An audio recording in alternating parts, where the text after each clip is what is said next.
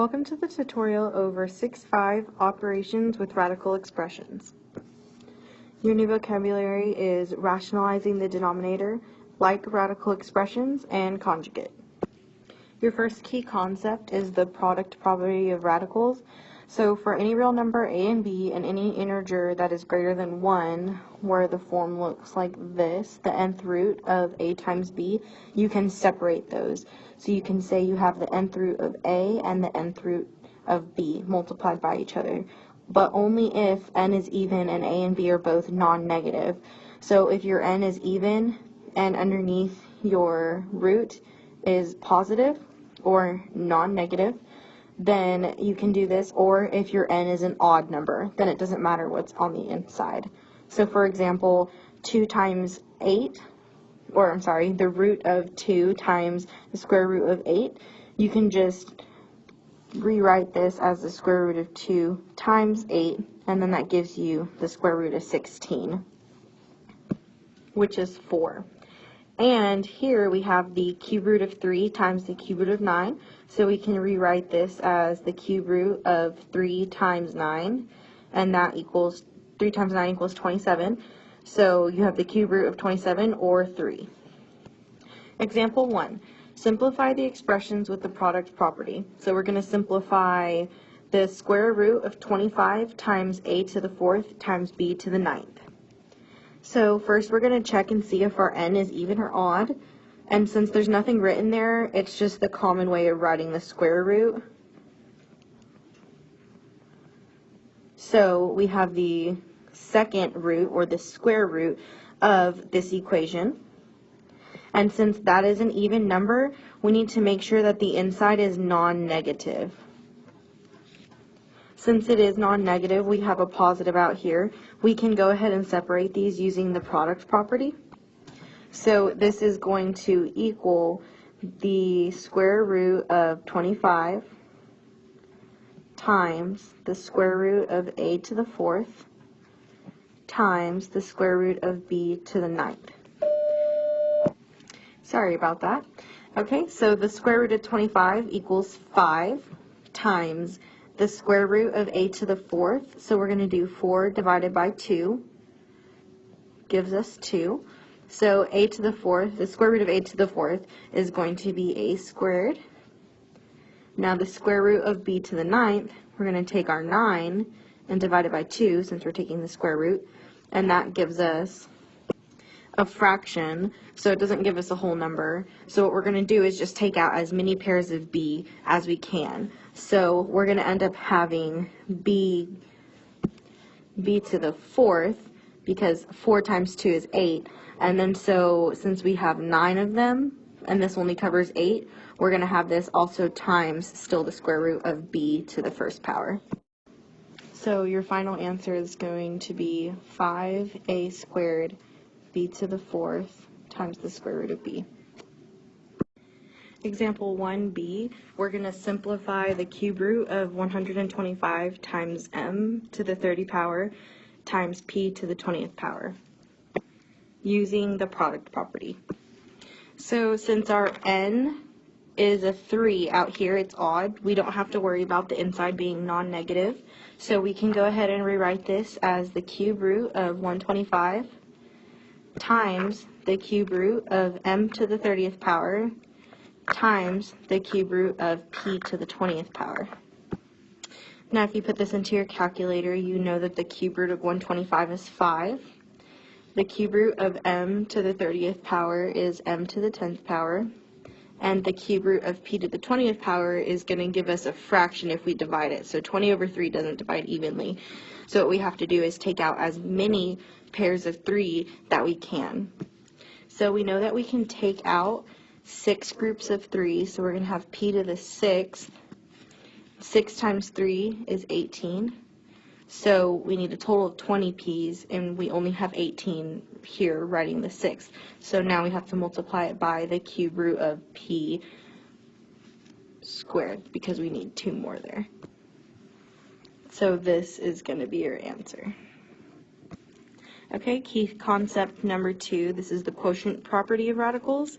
So for any real numbers a and b, a over b where our b does not equal 0, so we don't have a 0 in the denominator, and any integer n is greater than 1, then the nth root of a over b can be split up just like the product property could. So we can write the nth root of a divided by the nth root of b. So for example, if we have the square root of 27 over the square root of 3, we can rewrite that as the square root of 27 over 3. We can just put them together underneath the same square root symbol, and then that will give us 9, and the square root of 9 equals 3. Same thing if we have an x. If we have the cube root of x to the 6th power over 8, we can split that up to be the cube root of x to the 6th over the cube root of 8, which will give us x squared over 2, or 1/2 x squared. Alright, example 2a, we're going to simplify the square root of y to the 8th over x to the 7th using the quotient property. So we're going to go ahead and rewrite this as the square root of y to the 8th over the square root of x to the 7th. Now we know that y to the 8th gives us y to the 4th when we take the square root, and y to the 7th is an odd number, and we're dividing by 2 here, 7 over 2, and that's going to give us a remainder. So when we do 7 over 2, we get 3 and 1/2. So we're going to have x cubed, and then the 1/2 is our remainder, so we're going to have to multiply by that 1x that we have left. Now that we have that, we see that we have a square root in the denominator, and we don't like square roots or any sort of roots in the denominator, so we're going to rationalize the denominator. So what we're going to do is we're going to multiply by the square root of x on top and on bottom, so that the square root of x times the square root of x just equals x. So we'll have the square root of x times y to the 4th over x to the 4th. Alright, example 2b says simplify the cube root of 2 over 9x using the quotient property. So we're going to go ahead and rewrite this as the cube root of 2 over the cube root of 9x. Now on bottom we can use the product rule also, so we can rewrite this even further as the cube root of 2 over the cube root of 9 times the cube root of x. Or we can just leave it together. It doesn't make a difference, whatever is easier for you to understand. So now that we have it rewritten, we know that we don't want a radical in the denominator, so we don't want any sort of root in the denominator. So what we're going to do is multiply by the conjugate to get rid of it. So whatever is going to make the cube root of 9x just equal 9x.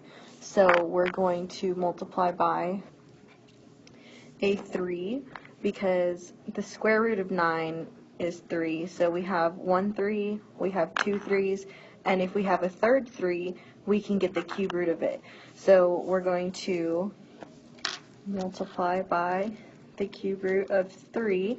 Now, if we have 1x and we need 3 of them to take the cube root, we're going to multiply by 2 more. So it's going to be the cube root of 3x squared that we multiply by the top and the bottom.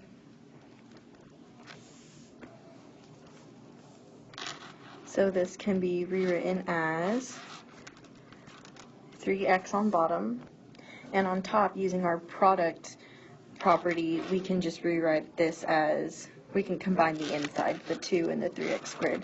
So we're going to have 6x squared on the inside, and that's your answer. So your last concept is simplifying radical expressions. So we're just going to go through these bullet points. You might want to write them down so you can remember them. So first, the index n, which is what goes right here, is as small as possible. The radicand contains no factors other than 1 that are nth powers of an integer or polynomial. So what it's saying is what's underneath here contains no factors that are nth powers of an integer. So if it can be taken out, you're wanting to take it out. That way it's in simplest form. So if I was taking the square root of 9, that wouldn't be its simplest form. Its simplest form would be 3.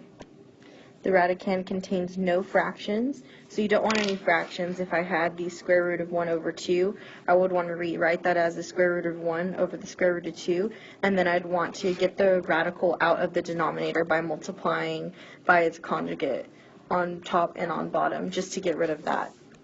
And that also covers the fourth bullet here, that no radicals appear in the denominator. So like I said, if we have a square root of 2 in the bottom, we're going to want to multiply by that conjugate to get rid of it. So example 3, we're going to multiply our radicals. So it says to simplify 5 times the cube root of 100 times a squared times the cube root of 10 times a. So we can split this up and rewrite it as 5 times the cube root of 100 a squared times the cube root of 10a. And since we're taking the cube root on both of these, we can use the product property and we can combine what's underneath.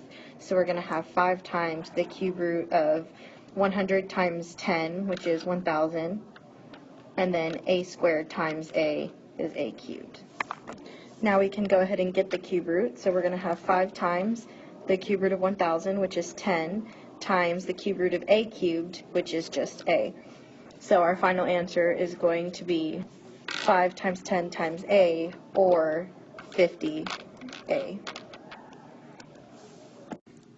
Example 4, we're simplifying using adding and subtracting radicals. 3 times the square root of 45 minus 5 times the square root of 80 plus 4 times the square root of 20.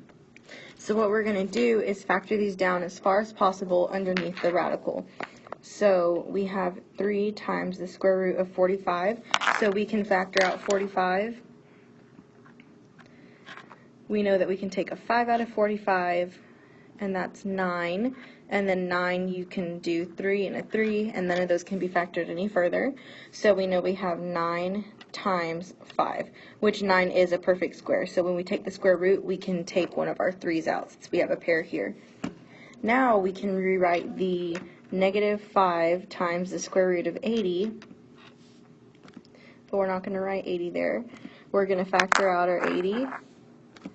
So when we do that, we get this over here. So here's my factor tree. I have one set of 2, 2 sets of 2, and then a 5 left. So I'm going to go ahead and write this out as 4 and 4, which is 16, times 5. Then we're going to go ahead and do the same thing for the last term, 4 times the square root of 20 factored. But if you look here, we already factored 20 down, so it's this bottom portion of 80. So we have one set of 2's and then a 5. So we're going to rewrite this as 4 times 5. So whenever we take the square roots of these, we know on the first one we can pull out a 3, so we're going to have 3 times 3 square roots of 5 minus 5 times 4 square roots of 5 on the second, plus 4 times 2 square roots of 5 on the last term here. So now, if you notice, we have similar square roots of 5 on each one of those terms. So since those are all the same, we can go ahead and combine. So I'm just going to rewrite this really quick with all of our coefficients multiplied out. So we have 9 root 5 minus 20 square roots of 5 plus 8 square roots of 5. So we can just do 9 minus 20 plus 8, and we get a negative 3, and then we just keep square roots of 5. And that's our answer. Okay, example 5 wants us to simplify using multiplying radicals. So we have, in parentheses, 2 square roots of 3 plus 3 square roots of 5 times 3 minus square root of 3. So we're going to treat this exactly like a polynomial. We're going to FOIL. So we're going to do the first times the first, gives us 6 square roots of 3. Then we're going to do the outside, so 2 square roots of 3 times negative square root of 3. Then we're going to do our inside, so 3 square roots of 5 times 3. So that's going to give us a plus 9 square roots of 5. And then we do our last, so 3 square roots of 5 times negative square root of 3. Alright, so after we get this, what we're going to do is use our product property to combine our like terms of our radicals. So our square roots of 3 we're going to combine together, and our square roots of 5 we're going to combine together. I'm sorry, I misspoke. What we're going to do is use the product property to combine the square root of 3 here and the square root of 3 here since we're multiplying, and then here we're going to do the same thing. That's how we're going to get rid of these parentheses. So we're going to have 6 square root of 3 minus 2 square roots of 3 times 3, which is 9.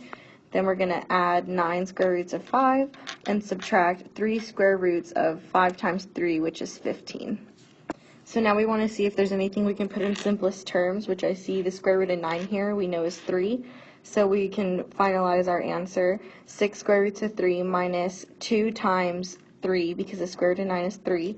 So that's 6 plus 9 square roots of 5 minus 3 square roots of 15. And that's your answer right there. Real world example 3. We're going to use a conjugate to rationalize a denominator. Alright, so the question says, in a square with side A, the ratio of A side to the difference between the diagonal and A side is A over A times the square root of 2 minus A. Use a conjugate to rationalize the denominator and simplify.